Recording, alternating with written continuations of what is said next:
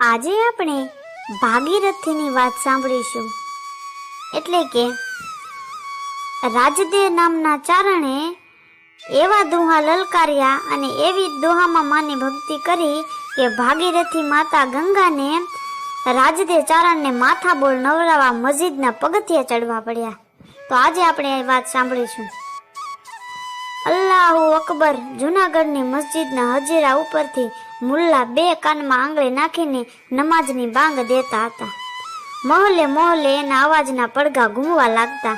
અલ્લાહના બંદાઓ દૂધ જેવા સફેદ જબ્બાઓ ઝુલાવતા ઝુલાવતા મસ્જિદમાં દાખલ થઈ અને બિલોરી નીરે છલકાતા હોજમાં પગ મોં સાફ કરી અને કાબાની મહેરાબ સામે ગોઠણભેર ઝૂકવા લાગતા. બાદશાહની કચેરી વખતે જ્યારે જ્યારે એ બાંગ સંભળાતી ત્યારે કચેરીમાં એક માણસનું મોં મલકાતું. એનું નામ હતું નાગજણ ગઢવી. રા માંડળીકનું નિકદન કઢાવનારી આઈ નાગબાઈના દીકરાનો એ દીકરો બાદશાહની કચારીમાં બિરદાઈ કરતો હતો. બાદશાહે પૂછ્યું, બંદગીની વખતે દાંત કાઢીને મશ્કરી કોની કરી? તો કહે, મશ્કરી તો કરી આ બાંગ દેનાર મુલ્લાની. નાગજણે મોં મલકાવીને ખુલાસો દીધો. તો બાદશાહ કહે, શા માટે? તો નાગજણ કહે, આનું નામ સાચી બાંગ ન કહેવાય. તો બાદશાહ કહે, ત્યારે બાંગ કેવી હોય? તો નાગજણ કહે, ખરા ખરીની બાંગ દીધે તો ઘોડાના મોંમાંથી ઘાસ મેલી દે. બાદશાહ કહે, એસા? તો નાગજણ કહે, ગાવડિયું પેટના વાછરુને ધકેલી અને આઘા કાઢે. બાદશાહ કહે, ક્યાં બાત હે? તો નાગજણ કહે, ધાવતા છોકરા માતાના થાનેલા મેલી દે. અરે ખાવદ વહેતા પાણી થંભી જાય ને એવી જોરદાર બાંગ દેનાર પડ્યા છે. બાદશાહે દાઢી પંપાળીને પૂછ્યું, એવો કોઈ છે? હા, નામવર આ અમારા રાજદેવભાઈ. આમ કહી નાગજણે મોં મલકાવી અને પોતાની સામે બેઠેલા ચારણ રાજદેવ તરફ આંગળી ચીંધાડી. રાજદેવ ચારણ નાગજણ સામે તાકી રહ્યા. હું? હાજ તો રાજદેવભાઈ, આપણા અન્નદાતાથી કાંઈ એવી રીતે છુપાવાય? અલ્લાહ ઉપર તમારા ઈમાનનો આજે પરચો દેખાડો. આમ કહી નાગજણે ઘા કાઢ્યો. અરે રે ભાઈ નાગજણ, મારું મોત! રાજદેવ ગઢવી બાદશાહે ફરમાવ્યું, ત્યારે તમારે બાંગ બોલાવી જ પડશે. આજે જ તમારો ઇલામ બતાવો.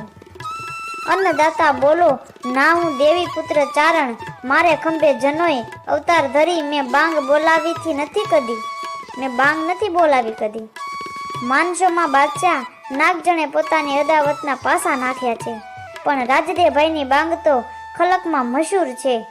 આમ બાદશાહે હઠ પકડી કે રાજદેવના કાલાવાલા માન્યા નહીં. પછી નાગજણ રાજદીએ તીરછી નજરે નાગજણને કહ્યું, કાળા કામના કરનારા, આજે તે મારું જીવતર બગાડ્યું, પણ જોજે હો, હું કૂતરાના મોતે નહીં મરું. આમ સાંજનો પોર થયો અને મસ્જિદના ચોકાનમાં મુસ્લિમોની ગીર્દી જામી. રાજદેવભાઈ ધીરે ધીરે ચાલ્યો આવે છે અને હજીરા ઉપર રાજદેવ ચડ્યો અને કાનમાં આંગળી દીધી અને અલ્લાહુનો અવાજ જ્યાં ઉપાડ્યો અને ધોરિયાના પાણી થંભ્યા, ઘોડાએ તરણા મેલ્યા અને ધાવતા છોકરાએ માના થાન છોડ્યા. મુસ્લિમો મોંમાંથી અવાજ ઉઠ્યો કે રાજદેવ પીર, આજથી તમે રાજદેવ પીર. હજીરા પરથી ચારણ ઉતારવા લાગ્યો અને જ્યાં ત્રીજે પગથિયે આવ્યો ત્યાં નીચે ઉભેલા દુશ્મન નાગજણે ઘા કરી લીધો અને કહ્યું, રાજદેવભાઈ, હવે તમને દફન કરવા કે દેન દેવું? આ સાંભળી રાજદેવ ફરી 3 પગથિયા પાછો ચડ્યો અને હાથ જોડી હજીરા ઉપરથી એણે ગળતે સુરે દુહા ઉપાડ્યા કે કાયા લાગો કાટ અને શીકલીગર સુધરે નહીં, નિર્મળ હોય નરાટ, ભેટવા તો ભાગીરથી. એટલે કહે છે કે ઓ માતા ભાગીરથી, હું ક્યાં જાઉં? કાટેલા લોઢાને તો સજાવી શકાય, પણ આ માનવ કાયાને લાગેલો કાટ તો કોઈ સરાણીઓ નિવારી શકતો નથી. ઓ માં, એ તો તને ભટે ત્યારે જ નિર્મળ બનશે, માટે તું આજ આવીને મારી આ ભ્રષ્ટ કાયાને નિખારી જા. આમ રાજદેવ માં ભાગીરથીની આરાધના કરે છે. ગંગાજળ ગટકે નર લટકે પીધો નહીં, ભવસાગર ભટકે ભૂત હુઆ ભાગીરથી. એટલે કે હે મૈયા, નીચે નમી નમીને તારા ગંગાજળના ઘૂંટડા જેણે પીધા નથી તે માનવી ભવસાગરમાં ભૂત સર્જાઈને ભટક્યા જ કરે છે. પણ હું આજ તારા પ્રવાહ પાસે કેમ કરીને પહોંચું? મારી ઘડીઓ હવે ગણાય છે. આમ ગંગા ધારે જાયા અને પગોદીક પાણી પીવે, માનવિયાર માય ભાગ્યવડા ભાગીરથી. એટલે કે એ માતા નિરોગી માનવીને તો વાત દૂર રહી, પણ કોઢિયા કે પાંગળા જો તારા ઘાટ પર આવીને તારું નીર ચાખે ને તો તેવા માનવીઓના પણ ભાગ ઉગડી જાય છે. ત્યારે મારા સરીખા નિષ્પાપની આવી ગતિ કાં જનની? ઉઘાડે જઈને ઊંડે જળમાં આખ્યું જે તેનો વંશ તેડે વૈકુંઠ મૂકે વાણારસી. એટલે કે વળી સાંભળ્યું છે કે માતા કે તારા પ્રવાહમાં ડૂબકી મારીને જે માનવી આખો ઉગાડે છે તેની એકને તો શું પણ તેના આખા વંશને તો વૈકુંઠમાં તેડી જાય છે તેવી દેવી છે. ગાતા ચારણના રુધિરની ધારાઓમાં ભીંજાયેલો દેહ મિનારા પર ઊભો આથમતા તેજમાં ભાગીરથી માતાની કીર્તન જાપ એક પછી એક ઉચ્ચારતા જાય છે અને મેંદની આખી આ માનવીના લલકારને સમજે વગર સમજે ઝીલી રહ્યા છે. પણ એના શરીરે લોહી શેનું વહી રહ્યું છે? એણે ચલાવ્યું અને ફરી દુહું કહ્યું કે પાગે જો તળિયું પડે અને જાહવી દશ જાતે એને પીર્યું પિંગલું કરે વાહર ઢોળે વાણારસી. હે માતા, તારી દિશામાં ચાલતા ચાલતા જેના પગની પાનીઓ તળાઈ જાય છે એવા માનવીને તો તું અમરાપુરીની અંદર અપ્સરાઓ પગ ચંપી કરી અને પવન ઢોળવા ત્યાર ઊભી છે, પણ તારો તે શો ઈલાજ? તારા ધામ સામે હું શી રીતે ડગલું દઉં? બોલો માડી, હોકારો આપો. મિનારો ઝૂલવા લાગ્યા અને પ્રાર્થનાના સૂર ખેંચાવા લાગ્યા અને ફરી દુહો કહ્યું કે જાતલના અંગ જાય અને જાતલને જોવાતલ તણા પાણી પણગામાં માય થે વૈકુંઠ વાણારસી. એટલે કે માડી, તું કેટલી પ્રબળ પંપારણી, કેટલી સમર્થ. તું તારા ધામમાં આવીને જાત્રા કરી જનારાઓના તો પાપ જાય, પણ એ જાત્રાવળુઓને જોવા જનારા શુદ્ધાય તારું નીરનું એક ટીપું પામતા જ વૈકુંઠ પહોંચી જાય છે. માં, મારી ઓઘારણા તું નહીં થા તો હું કોને શરણ શોધીશ? ધરતીના પથરા ખાવા માંડે છે અને ફરી કહે છે કે હાથે જળ હિલોળ અને માથે લઈ મંજન કરે પામે વૈકુંઠ પ્રોળ ભેટતા ભાગીરથી. એટલે કે હે માતા, તારા નીરને હાથથી ઉછાળી અને મસ્તક પર સ્નાન કરતા જ વૈકુંઠની પોળમાં વાસ મળે છે. મને પણ તારી એક જ અંજલિ આપી દે, મારો મનુષ્ય અવતાર સુધારી લો. આમ કહેતા કહે છે કે આવીને અહત્ર તણો ઘસે કટકો જો ઘાટ તો ખેંચે હિંડોળા ખાટો વૈકુંઠ પર્યું વારાણસી. એટલે કે તારા ઘાટ ઉપર આવીને ચંદનનો એક કટકો ઘસનાર શ્રદ્ધાળુને પણ ઓ જનની વૈકુંઠની પરિવો હિંડોળે ઝુલાવે તેવો તારો પ્રતાપ ગાઉં છું. મને ઉગારવા ધાજે, આજે મારું મોત બગડે છે.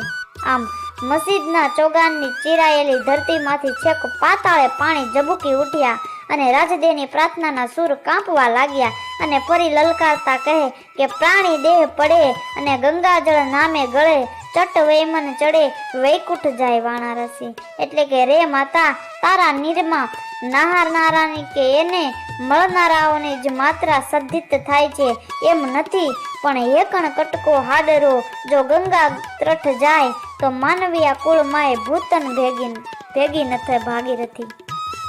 ઓ માં, જીવતા એ છો અને પહોંચાય મૃતદેહ પણ ભલે તારા કિનારા પર ન જલાવી શકાય. અરે, જેના અંગના હાડકાનો એક ટુકડો પણ તારા કિનારે પહોંચે ને એ માનવીના કુળમાંય કોઈ ભૂત ન સર્જે, પરંતુ મારા હાડપિંજરની એક કણીએ ક્યાંથી તારી પાસે પહોંચશે? મારી અનુકંપા લાવી અને મને અહીં જ આવીને પાવન કરી જા મૈયા. પાતાળમાંથી પાણી આવે છે અને ઊંચે ઊંચે ચડતું આવે છે અને ઊની વરાળો નીહરે છે અને રાજદેનો કંઠ ગળવા લાગે છે કે ઉપર ઉતર્યા પંખી તે પાવન થયા માહી મંજન કિયા ભૂતન સરજે ભાગીરથી.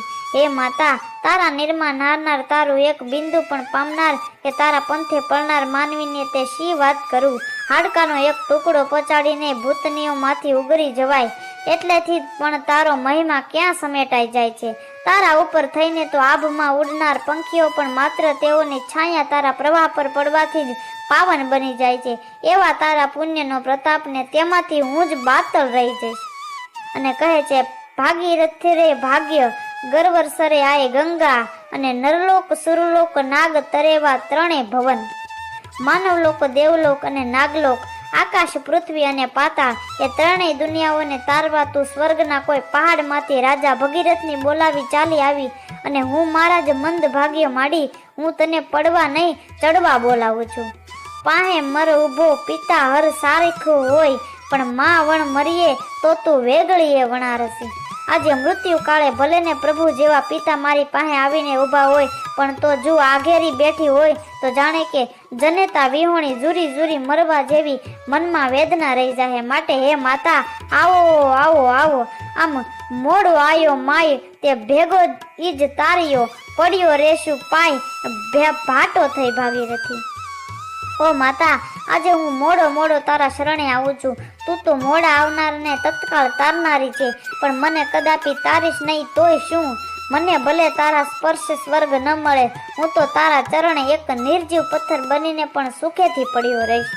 આમ એટલું કહીને રાજદે ચારણે કમર પરથી ભેટ છોડી અને સૌ તાજુબ બનીને જોઈ રહ્યા છે. ચારણ પોતાના પેટમાં કટાર ભોકી અને પછી જ બાંગ દેવા આવ્યો હતો. એ જ ટાણે ધરતીમાંથી માર્ગ કરીને નંદી જળ ઉછળ્યા અને હજીરાના પગથિયા પછી પગથિયા ચડ્યા અને રાજદે ચારણને માથાબોળ નવરાવી અને ધરતીમાં પાસા પર સમાણા અને ચારણનો દેહ ત્યાં પડ્યો. ધન્ય છે સાહેબ, કેવી એની ભક્તિ હશે, કેવી ચારણની ઈ ભક્તિ હશે અને કેવા એના ઈ દુહા હશે કે માં ભાગીરથી પાતાળમાંથી ઉછળી અને હજીરાના 3 પગથિયા ચડી અને ઈ ચારણને માથાબોળ નવરાવે છે. ધન્ય છે આપણી આ ધીંગી ધરાને, જે આવા અનેક જતીઓ સતીઓ સંતો અને શુરાએ જન્મ લીધા છે. આવી જ અવનવી ઇતિહાસોની ઘટના સાંભળવા માટે અમારી ચેનલને લાઈક કરો, શેર કરો અને સબસ્ક્રાઈબ કરો.